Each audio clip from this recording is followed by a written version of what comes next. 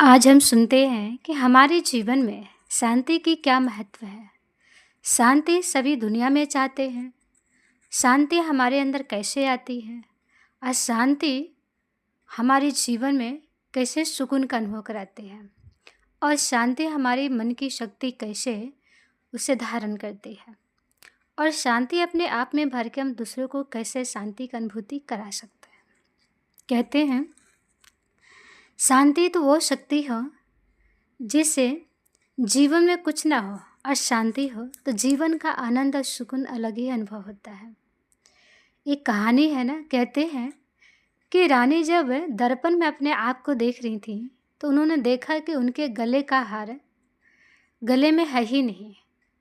तो उन्होंने पूरे अपने राज्य महल में शोर मचा दिया कि मेरा हार चोरी हो गया, चोरी हो गया। जब हार सब ढूंढ रहे तो हार कहीं नहीं मिला। फिर रानी ने फिर से अपने आप को दर्पण में देखा तो जब देखा तो हार तो गले में पड़ा हुआ था, लेकिन आगे के बजाय वो हार गले में था लेकिन आगे के बजाय वो पीछे चला गया था। इसी तरह सारा संसार शांति ढूंढ रहा है, शांति के पीछे भाग रहा है, लेकिन शांति तो हम मनुष्य आत्माओं का गले का हार है। बस ये है कि मुझसे भूल गए हैं कि हमारी शक्ति क्या है। जब हम खुद को पहचान लेंगे कि हम आत्मा हैं तो आत्मा का स्वधर्म ही शांति है, आत्मा की शक्ति ही शांति है। शांति कोई संसार में बाहरी वस्तुओं में, भौतिक दुनिया में मिलने वाली कोई वस्तु नहीं है, भौतिक कोई चीज़ नहीं है। शांति तो एक शक्ति है जो शांति के सागर परमात्मा को याद करने से आत्मा में संचालित होती है।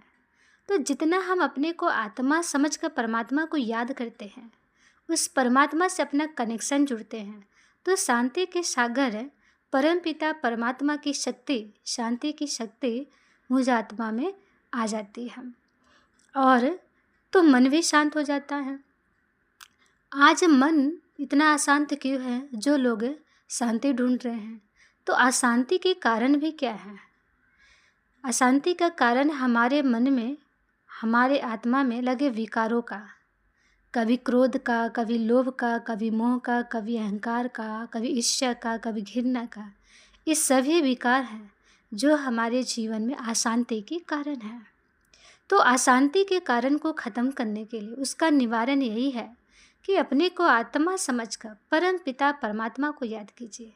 उस परम शक्ति परमात्मा की शक्ति से आत्मा शांत हो जाती है, मन शांत होता है, मन विचलित नहीं होता है, धीरे धीरे मन क्लियर हो जाता है, जिसके कारण हम अपने आप को शांत और सुख की अनुभूति में ला सकते हैं। तो जब भी आप अपने आप को फ्री पाते हैं तो 5 मिनट 10 मिनट एकांत में बैठे परम पिता परमात्मा को याद कीजिए। एकांतवासी बनिए और अंतर्मुखी बनिए।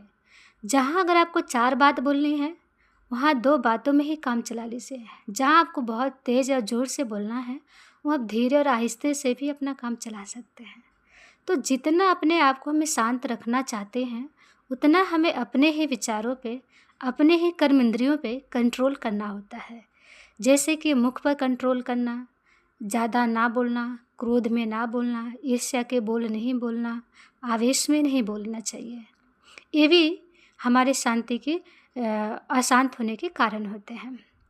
और साथ में अपने कानों पर भी कंट्रोल कीजिए, अपने आँखों पर भी कंट्रोल कीजिए कि हम पूरा दिन बुरा ना देखें, बुरा ना करें, बुरा ना सुनें, क्योंकि जो हम सुनते हैं, जो हम करते हैं और जो हम देखते हैं वो सब हमारे मन में विचारों में चलता है। जब विचारों में मन में चलता है तो हमारा मन अशांत हो जाता है, जिसके कारण हम अशांति का अनुभूति करते हैं।